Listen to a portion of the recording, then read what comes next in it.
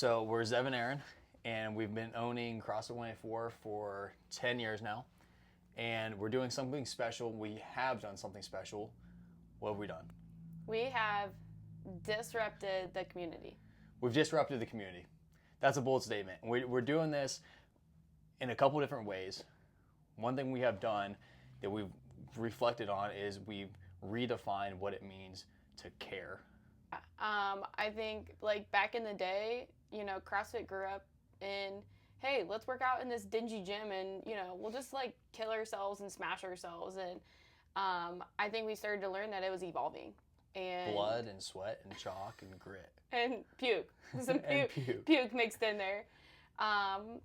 But it wasn't always about caring. Yeah, during the first and second CrossFit Open, and for the first couple years that we were in business, we had a board that was up on the gym, remember it? And you got to sign the board if you puked during class. Yeah. And it was a badge of honor. And I was going to say, it was like, hey, I've made it. I've puked in my first class. What's next? I pooped my pants in class. I peed my pants, like all the things. It was all about like hurting people, right? And get people to that line and crushing their soul. Yeah, like how much can my body really take today? How evil is it that you get joy and satisfaction from letting people feel pain and hurting people with as much stuff as you can pack into the hour? Yeah. So we said we disrupted it, and we have. What's been the biggest thing that has helped us disrupt? So 10 years ago when we started, it was all about that. How much stuff can we fit into the hour?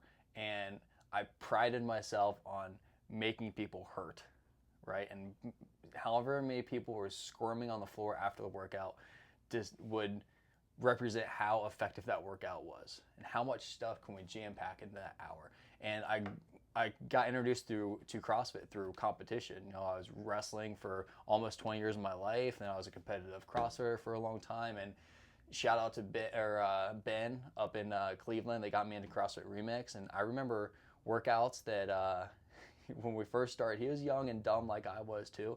And when people would reach for water inside a workout that was sub 10 minutes, I remember him picking up water bottles and throwing it outside the garage door. 10 minutes, you don't need water, and chucking it out the door.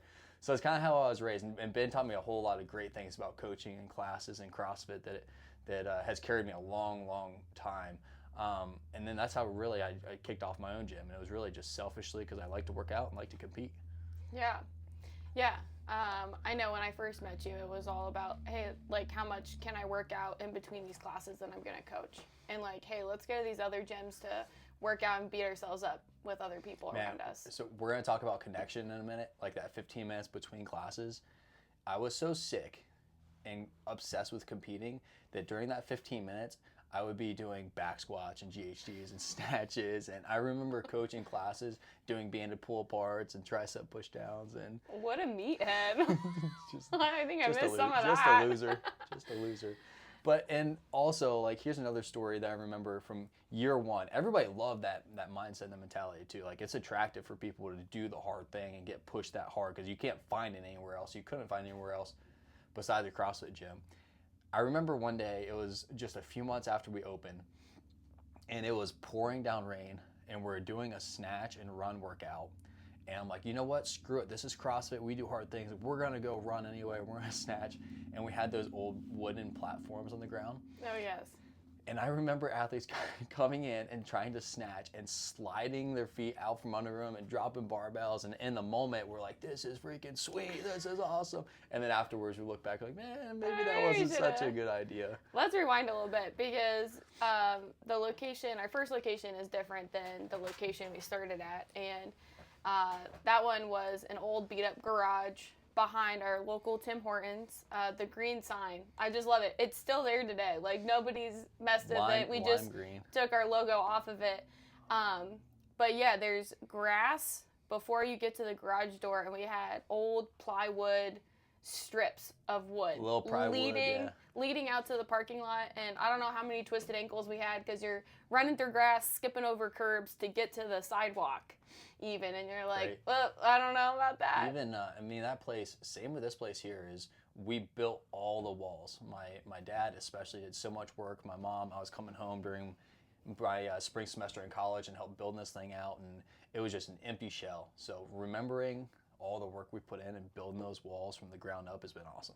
And then we took down those walls and brought them with us. And we just put them up over here, you know? Which is funny because I was just talking to our accountant the other day because we did renovations at this gym and put the really nice sanded plywood walls up on the wall. And he said, well, that's not really something you're going to take down and take with you. And I said, well, actually, like, we did take down our old walls and brought them with us. That's true. Well, let's get back into it a little bit. So all that fun, we liked the hard stuff. We liked puking, writing our name up on the wall. What was the time like when you looked around the gym and you're like, we need to change what we're doing? Yeah, so a few things really. And I went through multiple injuries through wrestling and through CrossFit. And looking back, it was really God stopping me in my tracks and changing my perspective and slowing me down, forcing me to slow down and look around. And then when we opened the gym in 2015, we had an investor help us purchase this property, and we thought we'd just move right over and kick things off and keep it rolling. And we're blocked out from moving over here for a couple years, and we can talk about that whole story on a separate episode all by itself. But during that point, I got very depressed. I was very sad. I really thought we were going to fail. I was about to close the doors, and my faith was starting to grow a little bit at a time. And in 2018, I gave my life, and I gave the business, the gym, to the Lord. And from then on out, my perspective started to change, and the program started to change, and the community started to change. Yeah, that's really cool.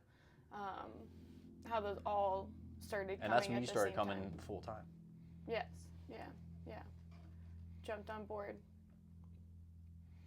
Tell me about how you made the decision, because Erin was playing soccer at Cincinnati Christian University, came home for winter break, and she never went back.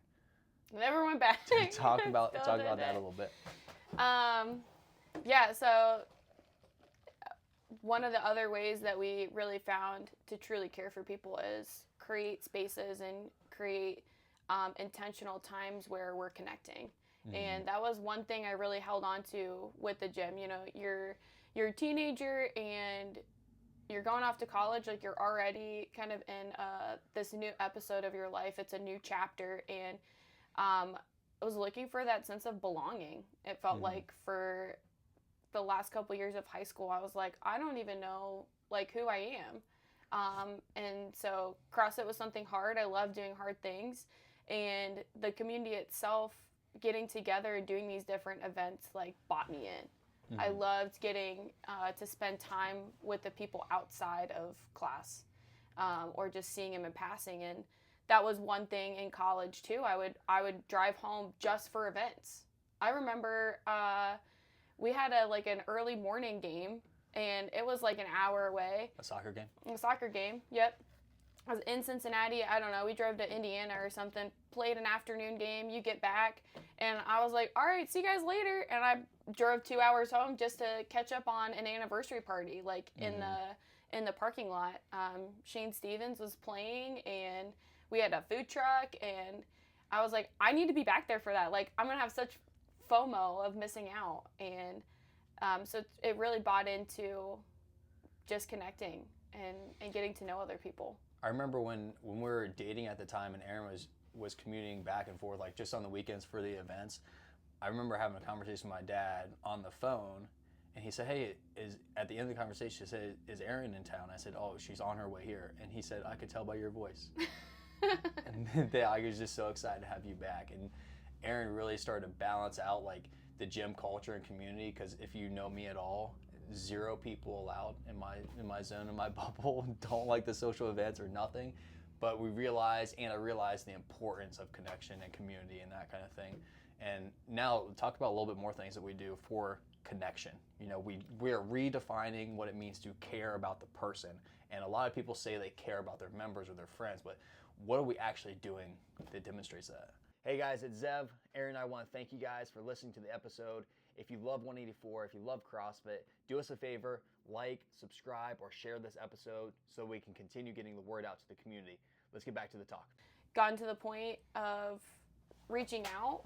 If people are missing, like, you're going to hear from us. Not in like the hey, you're not in the gym, like, you better get your butt back in here. It's definitely more of like, hey, checking in, like, what is going on in your life that, you know, your schedule's changed. You know, if somebody's in here 4 or 5 times a week and then you don't see them for 2 weeks, there's something going on.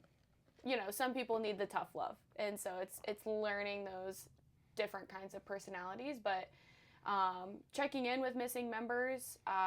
If the member's been here long, you know, they get one of us. We check in quarterly with our members, and that can be anything from just, hey, how are you doing, or what are your goals, and it's been great to have you. I've noticed you've been PR in this, or being consistent in classes, and so there's really a journey for every single person in our gym. Like, nobody is really missed, and like Best Hour has helped us so much systemize personal connection. Because before Best Hour, we're actually using UpLaunch, which is like an automated system. Like, here, shoot out an email every other month, or send a text message, and like if I open up any of those messages or emails from anybody, it's getting trashed. Yeah. Instantly. Yeah. So, I mean, just reviewing our member journeys the other day, we have like 30 or 35 on the new member journey. Then Aaron and I each have like 90 members on our veteran member list, so we check in every quarter. Aaron gets a report every single week of missing members, so she's going to reach out to them. We send personal anniversary gifts and pictures and videos and happy birthday shout outs and celebrations in class. So that connection has just been huge. Yeah. And one of my favorite things about 184 that we started from the beginning was the 15-minute blocks in between classes. Yeah, that's what I was just going to touch on. And I mean, I coached CrossFit for a few years, 3 or 4 years before I opened the gym, and none of them had that 15-minute block in between. I was a huge fan, still am a big fan of Ben Bergeron and CrossFit New England, and they had 15-minute blocks in between. So I said, hey, that sounds like a cool idea, and we tried it. And what does that 15 minutes give us the opportunity to do?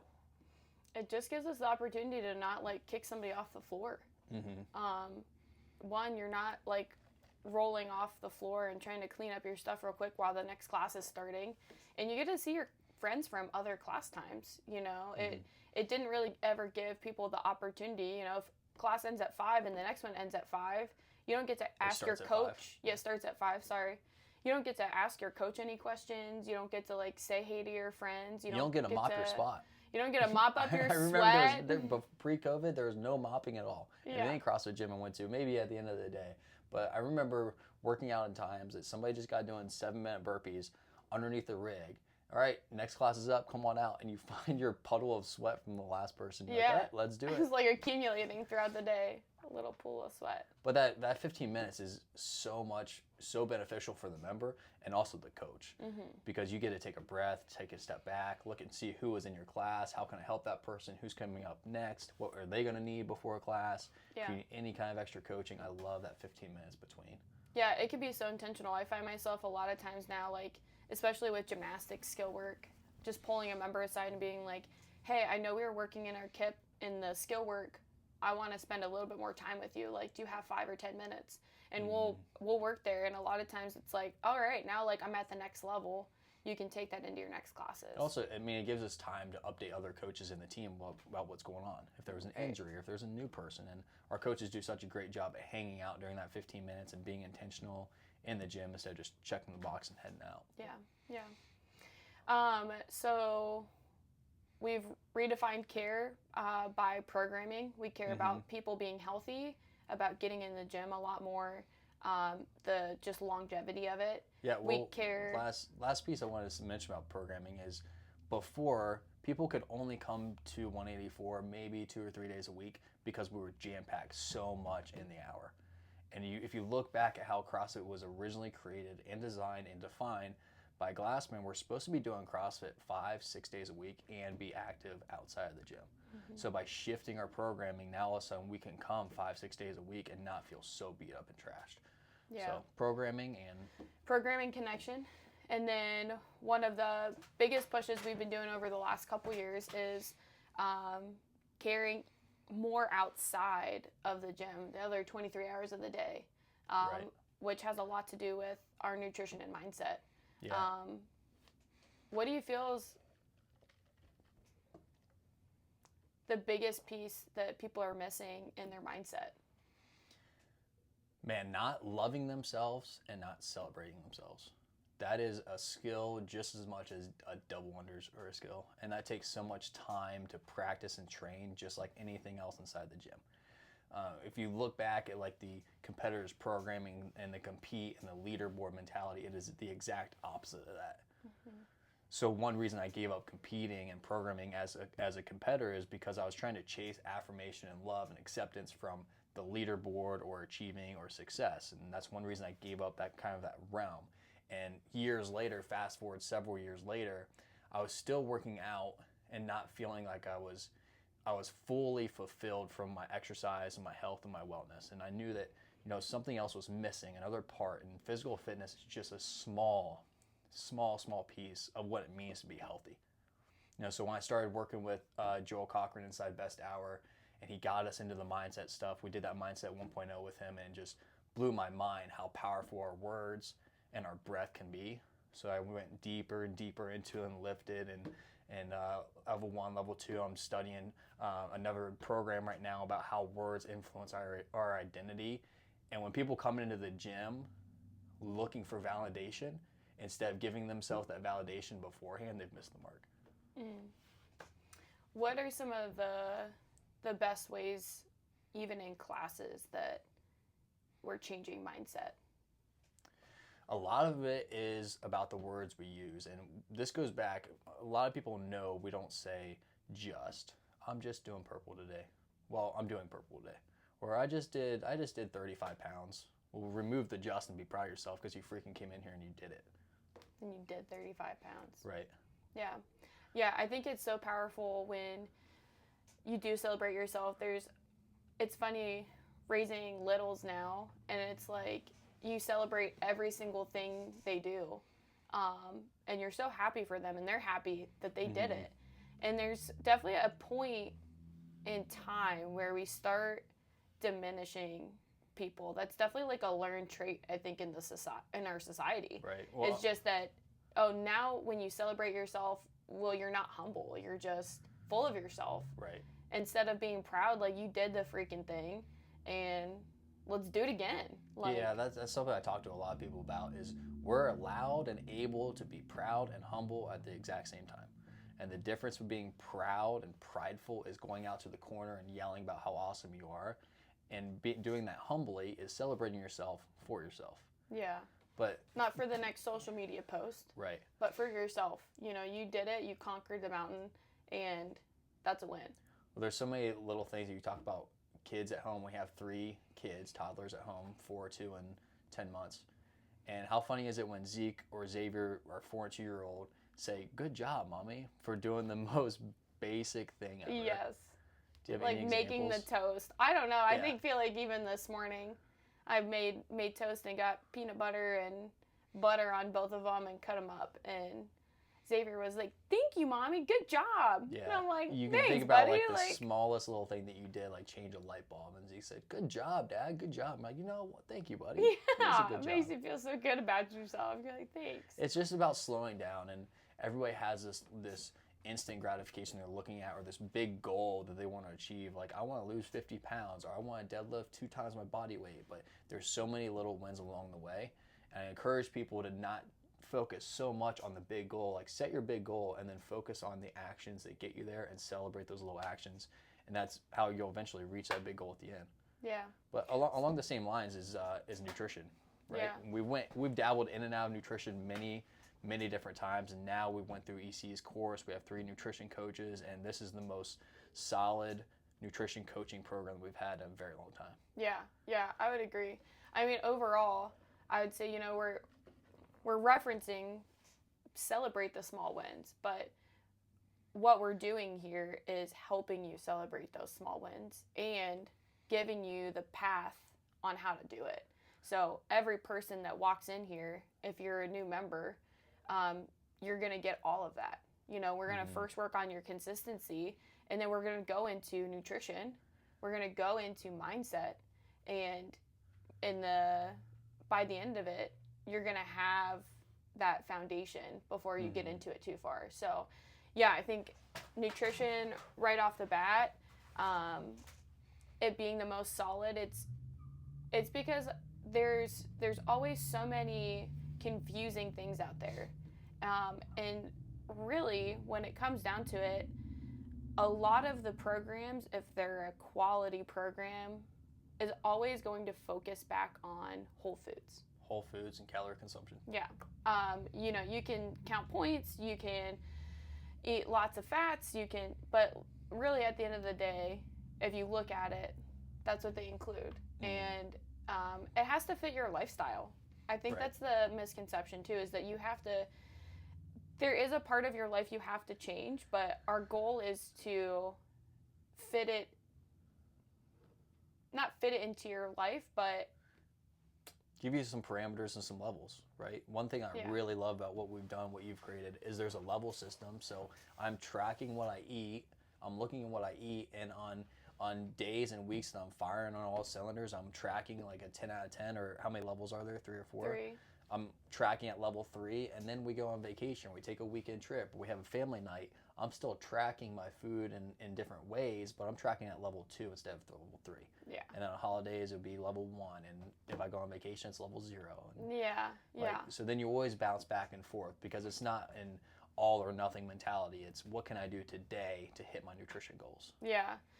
I think that's a great way to put it, because the whole point of great nutrition is something that you can stick with consistently. Mm-hmm. And so if you are tracking hardcore macros and you fall off, there's really no half macros. Like you're either on it or you're off of it. Right. And so this is really something great, because you never feel too far away from where you were. Mm-hmm. It only takes a little bit more effort to get to that next level. Right. You just drop down a little bit, you can always yeah, back up. and it yes, like you said, like it fluctuates and flows, because a lot of times as we're tracking calories, you get used to what you're eating. You know, you don't maybe have to track every single day, but you're still eating the same stuff, and you're consistent. You're gonna see those results that you're wanting to see. And so when you're going on vacation, when you have holidays, there's still ways that we can track. You know, are you putting fruits and veggies on your plate or not? Like, it's a yes or no. And cheese. No, it's a yes or no question. You know, did you have protein with your meal? Yes or no? Like, that's what we'd be looking for. And then we can get back into, like, the specifics. Well, how many fruits and veggies? How much protein are you having? So when we say that we have disrupted the community, our local community, Cross 184, and we're redefining what it means to actually care. We've talked about the programming and the connection and the mindset and the nutrition, and this is a whole package that every single new member goes through as they join the gym. So when people come into 184 as a new member, they get the new member bundle, which has unreasonable amount of touch points in their first 90 days with Coach Abby. And then they go through the nutrition, the mindset, and all these pieces are put together because we care. Mm-hmm. You know, when I do a consult with somebody and they say, hey, can I just jump into class? It's a no. And it's a no because I care about you. And we see people fall off the train or not get the results they want, or not get the results in the amount of time that they want because of these different factors. Their mindset's not right. They're not eating what they should be eating, or they're not consistent in class. Yeah, 100%. I mean, we wouldn't be pressing this if that's not what we saw over the last 10 years. You know, at this point, it's like we've taken everything that we've learned that hasn't gone right, that's gone wrong, and mashed it up into one successful package. Because we want the best for our members. We want the best for our people in our community. And there's so many people in our community that still need to get in our doors.